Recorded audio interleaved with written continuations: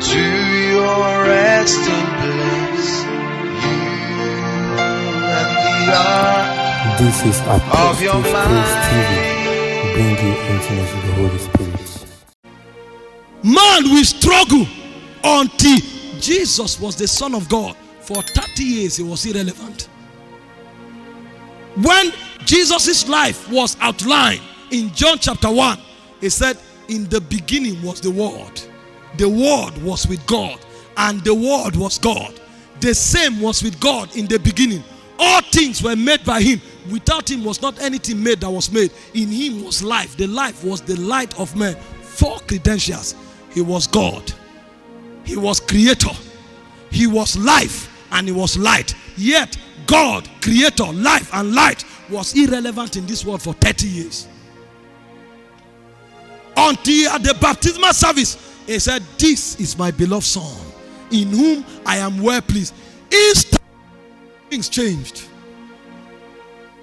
And Jesus did not go to announce himself. He ran to hide for 40 days. And after the temptation, when he returned, the Bible says his fame went abroad. How? What is the difference? How come 40 days is more relevant than 30 years? Because he said, this is my beloved Son. That's the same utterance. Thou art Peter. And the story changed. Because Peter has caught something in the spirit. There are many of us today, we have many good ideas. What we don't know is that the third protocol fights everything that is good. This is why even your compound, if you don't weed it, grass will grow. But if you plant a flower there, you need to water it every day, else it will not grow. Why? Because anything good, the gates of hell will fight it. Many with great ideas, many with great destiny, but they don't know that they need to catch something in the spirit first. So they come with their ideas. They come with their witty invention. They come with their understanding. They come with all the advantages, and the gate of hell cut them off. Because first, it must be caught in the spirit. Second, it must be announced. And thirdly, the powers of destiny is activated. He said, and Jesus, Matthew 4:15, returned in the power of the Spirit. Nothing stops it anymore. That is one of the most significant benefits of encounters. And that's what I want to share in the next 10 minutes. Encounter is the activator of the power of destiny. And until the power of destiny is activated, the gate of hell will prevail. Even if it is the mandate of God, even if it is the assignment of God, even if it is what the territory needs, the gate of hell will prevail. Until there is an encounter, there will be no emancipation.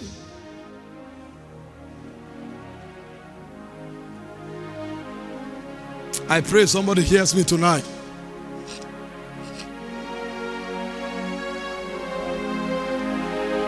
I experienced something very terrible that turned my life around. Serving as a young man, and one of our colleagues from a very wealthy home never had need for alawi, and 2 weeks to POP, the father died. A young man that was already being ticked to work with Arik Airline over 10 years ago. Things were working on their own accord. His confidence was on the powers of his family, but Hades struck and his life turned around. All of a sudden, his father's friends turned their back at him, and I saw a glorious destiny turned upside down in a moment. And I now knew what the Bible meant when it said, woe unto him that putteth his trust in the arm of flesh. The reason is because there is a gate called the gate of Hades. Life cannot be lived casually. Everything you call an advantage can become a mirage unless there's an encounter to endorse it. This is why we can't live as normal men. Everything can become a mirage. Everyone must join into the spirit for himself. It is the call of existence that everyone will meet his creator. And wise men meet their creator in time, not in eternity. Because when you meet him in eternity, it might just be judgment. But if you meet him in time, you will straighten your path and your life will be a testimony. He is the Holy Ghost, Spirit of the living God. He is the Holy Ghost, Scepter of the King of Kings. He is the Holy Ghost, Spirit of the age to come. He's changing everything in obedience to God. The activator of the power of your destiny. None of you here is small. None of you here is disadvantaged. Can I tell you something? The family you come from is not necessarily an advantage or a disadvantage if you have the right encounters. Most of the great men that are changing their worlds today came from very poor backgrounds. But they knew what it meant to catch God. So they were God chasers. But the generation that we are in today is a generation that rely on only heritages. They never catch anything in the spirit. So even what the fathers labor for, when it is handed over, they waste it because they don't know how it is caught. I heard Warren Buffett said something. He said he will not plague his children with his wealth. It will be a burden for them. If they don't know how to create it, they can't manage it. And so it is in the spirit. Your tears can be wiped away in a moment if you know how to engage the spirit. Your sorrows can be turned around.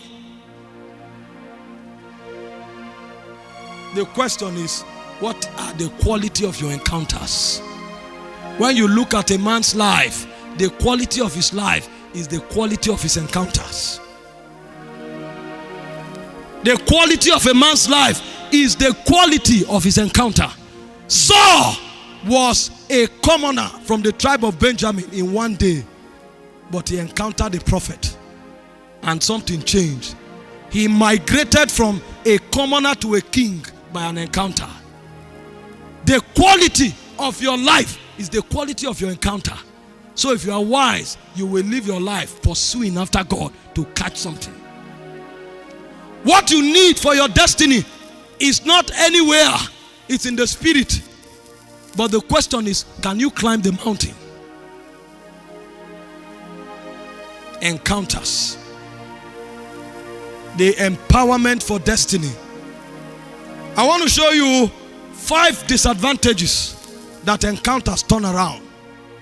To show you that your condition is not hopeless. And before this conference is over, most of you will have literal encounters. Some with the Lord, some with his angels, some with the word of the Lord.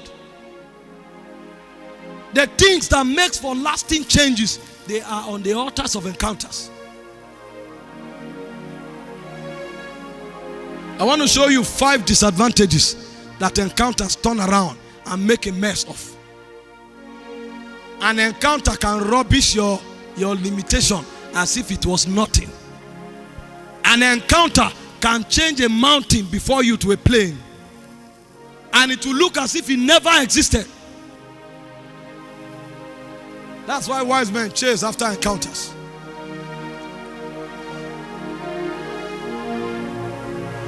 Spirit of victory, cover us with your wing.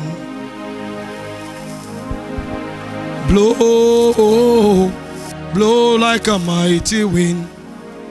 Acts chapter 7 verse 1 and 2. Now Abraham came from the regions of Mesopotamia. It's called the Hall of the Chaldees. And that was a region that was plagued by idolatry. Abraham's grandfather Nahor was one of the princes of Nimrod that built the Tower of Babel. So they knew how to survive without God. It was a territory where men had perfected how to survive without God. So Abraham came from an idolatrous background, where it looked as if God does not count. His father was part of the architects that raised the Tower of Babel. And God came and divided their language, and they scattered around the world. So it was a generation that God was against. So there was no advantage that he had. It's just like some of us that are from idolatrous background. Your grandfather can be a priest of a dark prince, but it's not a disadvantage. My grandfather was a prince of darkness.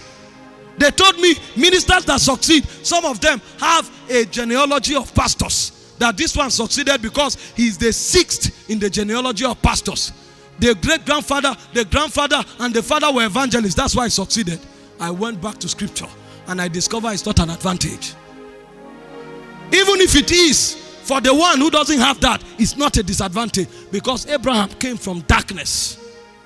But the Bible said something. When Stephen was about to be stoned, he began to read the chronicles of Abraham.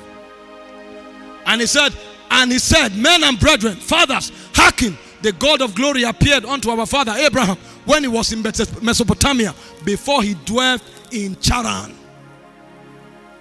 Before Abraham ever began to have meaning in life, the Lord had appeared to him. And in Genesis chapter 12 from verse 1 to 2, the secret of his greatness was predicated upon the encounter, not his ancestry. Is there an advantage in a godly heritage? Yes. But in case you don't have godly heritage, are you doomed? No. Blessed is the man that feareth the Lord and delighted greatly in his commandment. His seed shall be mighty upon the earth. The generation of the upright shall be blessed. So a godly heritage is an advantage. What if you don't have? The remedy is an encounter. My father may not be a governor. I'm not disadvantaged. My father may not be a pope. I am not disadvantaged, because there is something called spiritual encounter. And God is not a respecter of persons. Any man that seeks the Lord will be gracious to appear unto him, because he is plenteous in redemption. Encounter is the leveler in time. The buffer of destiny is encounter. Now the Lord had appeared to Abraham. Get thee out of thy country.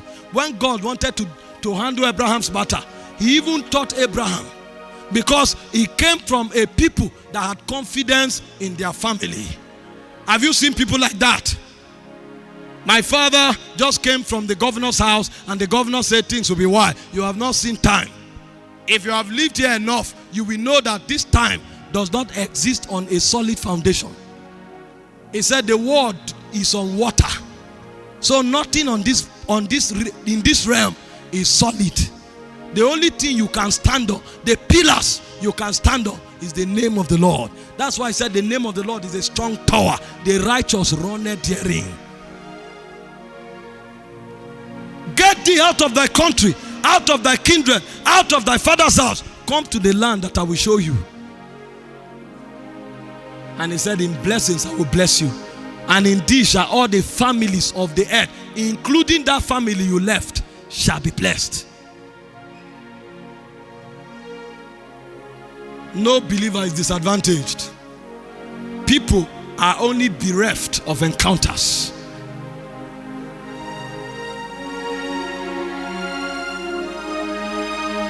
This is a man without a heritage, yet he was not disadvantaged.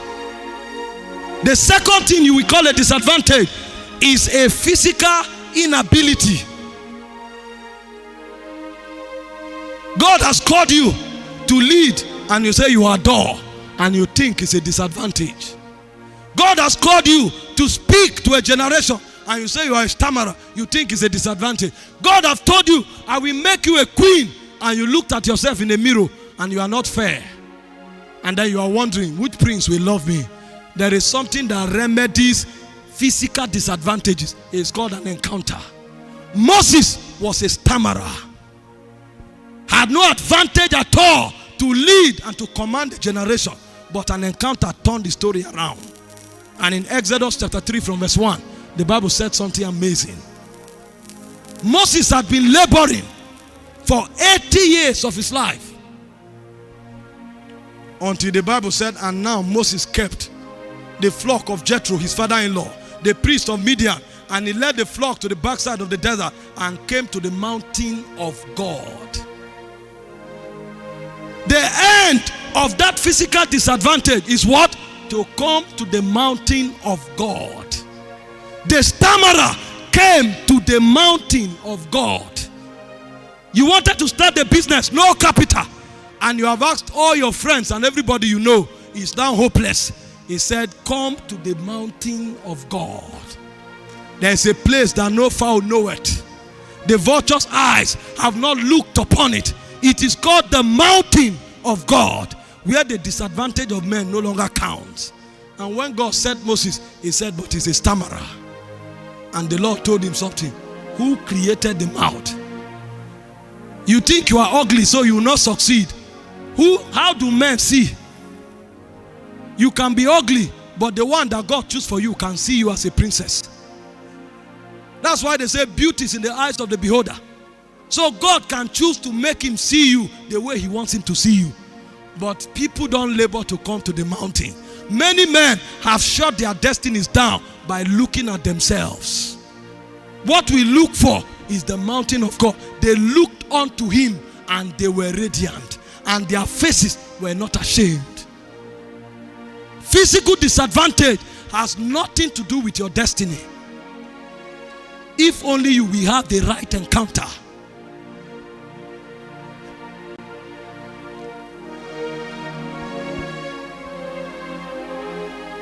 I've heard a lot of stories. They tell people it will not work. Who told you like this can do it? The person doing it, by what ability is he doing it? There is a power called the power of ordination. That's what encounters give.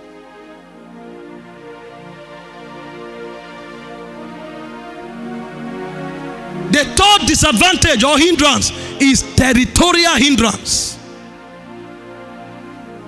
Where you come from can be a disadvantage. Remember what Daddy said when he came up. Ministries were not thriving in Asaba. Why is this one thriving? So Asaba was not the problem. The men that came to Asaba were the problem. They didn't have the encounter that could cause the princes to bow. Daniel was in Babylon. Everything about Babylon is corruption. You couldn't go to Babylon and survive. The children of Israel had lost their heritage. They did not even remember where they came from anymore. Only Daniel and his friends were upright in Babylon. But something kept them standing. They knew the God that revealed secrets, encounters. They tell you you will not succeed because you are here and there. There are many people in the best places in the world not succeeding. A lady called me 2 weeks ago. Has been in London for 16 years without a job. Struggling barely to survive. 16 years. Meanwhile, there are many Nigerians traveling through Sahara Desert to go to Europe. 16 years in London without a job. And the word of the Lord went forth. And in less than a month, she got a job with an official car. I told her, what makes the difference is where you are speaking from. There's a battle in the spirit called the battle of heights. That was why Lucifer wanted to exalt his throne. Because the higher you go, the more authority you exert. That's why Moses came to the mountain of God. When Moses came to the mountain of God is higher than the mountain of Egypt. So Moses could come with one staff and destroy the civilization called Egypt. One staff. He didn't have an army. He had an encounter. One staff can bring down the government of a nation. One staff can bring down a civilization because of an encounter. He went to the mountain of God. Your territory is not a disadvantage. The question is, what are the qualities of your encounters? I'll be rounding up in another 5 minutes. and we'll pray briefly. Like I said, it's the first night. I just came to trouble the waters. But most of you, we have destiny-changing encounters before this conference is over. You have looked at men before. You have looked up to men before. Go and ask people who succeed. They will tell you how many men failed them. If you see a man who looks up to men, he has not succeeded. That's why he's still deceived. He said, woe unto him that putteth his trust in the arm of flesh. Any man who succeeds will tell you he's a spirit. God told me. God made it happen. I learned it by following men that succeeded. And no one had a testimony apart from God. Why do we labor preaching? Is to lead people to God. That's why we don't preach ourselves. We preach Christ and we his servants. Because every man must meet his creator before he leaves this realm. That's what we define the quality of his life. But that's the last thing believers are doing. So a believer can travel from one state and go and sit down for 3 weeks to see a prophet. But he cannot stay in the place of prayer for 3 days.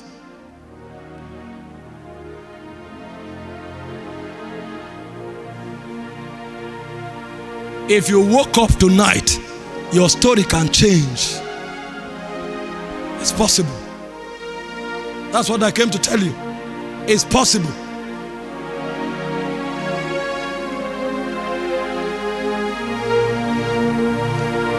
The fourth disadvantage is the scar of a wrong life. Some people think they can't succeed anymore because they live the wrong life. I was a harlot. I was a murderer. I was a criminal. The life of Paul told us otherwise. He wrecked on the church. God sent him back to build the church. The brothel where the harlot lives, she can go back to that brothel and change it.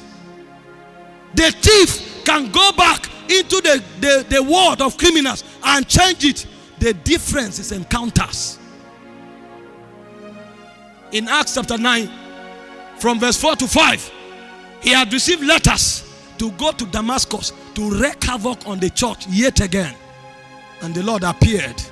He said, Saul, Saul, why persecutest thou me? And instantly turned. He said, who are you, Lord?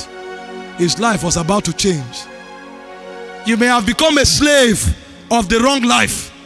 You may have become a victim of the past. But an encounter can rewrite the story. Joyce Meyer was raped by her father. But no scar can stand when you go through the fires of encounters.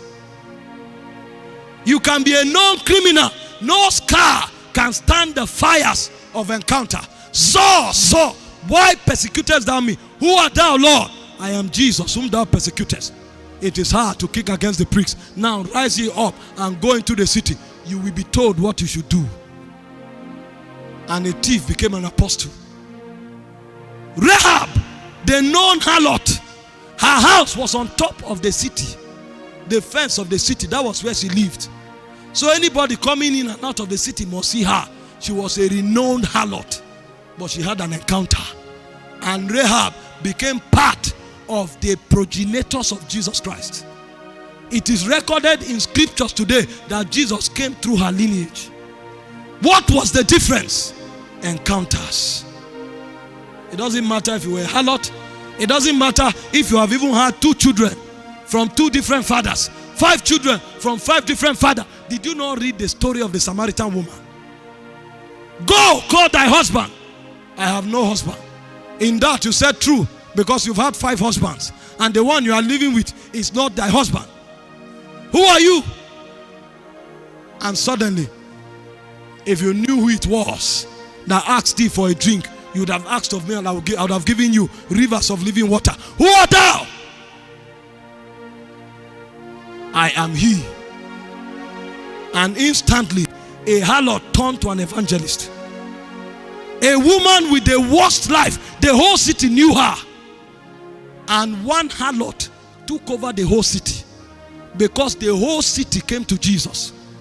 Who taught her the gospel? When did she read the Torah? She was not trained, but she had an encounter.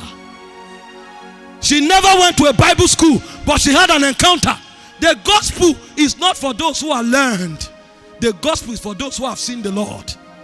Because Mary Magdalene, from whom 7 demons were cast out, was the first to preach the New Testament. Encounters can turn the lives of people around. Before she went to the well, she was a harlot. When she came back from the well, she was an evangelist. The power of encounter. Before you came to church, you may be a liar, but you may go back from church as an apostle. It's an encounter. You may come to church as a beggar, but you may go back as a king.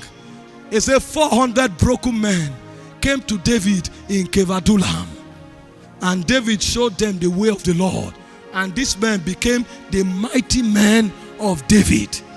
When David wanted to build the house of God, those men gave goods worth $22 billion in our day. 400 broken men that were in debt. The difference is encounter. Instead of troubling your life and living hopelessly, go and cleave to the horns of the altar, and your disadvantage will vanish. He said when Israel left Egypt, Judah was a sanctuary. He said the mountains saw them and fled. He said the mountains skipped like ram before them. Even Jordan went back, and he said, why fleetest thou, O mountain? Why skippest thou, O mountain? Jordan, why are you going back? He said, let the whole earth tremble.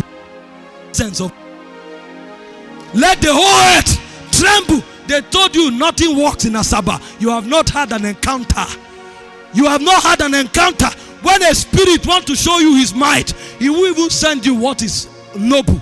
He can tell you, go and start selling pure water. And then your life will disgrace the spirits of Asaba. When a spirit wants to exhort you, he can tell you, go and stand by the roadside and begin to sell razor blade. And then you will know that the powers of Asaba is nothing compared to the beauty and the splendor and the might of God. He said the voice of God is upon many waters. The voice of God is full of majesty. He said the mountains keep at that voice. He discovered the forest. He divided the flames of fire. The voice of God. When God speaks from the mountain, everything bows. Let the earth tremble. This is what we know, that we enter territories with boldness, because we come in the name of the Lord. Nothing is a disadvantage if a man can have the right encounters. Nothing. And the last thing is to be a child and to be inexperienced. You know, that can be a great disadvantage. So they want to employ people in Chevron, and they now say, well, you must have 10 years advantage. A certificate of a man with encounter can make for an advantage. In 1 Samuel chapter 3 from verse 1, it said, and the child Samuel ministered before the Lord, and in those days the voice of God was scarce. But something happened. He had an encounter, and suddenly inexperience was no longer a disadvantage. Suddenly being a child was no longer a disadvantage. And in 1 Samuel chapter 3 verse 19, he said, and the whole of Israel knew that the Lord had established Samuel as a prophet. Encounters establish men. Because the word of the Lord appeared again in Shiloh. The word of the Lord appeared to Samuel in Shiloh. The Lord revealed himself. Means it's finished.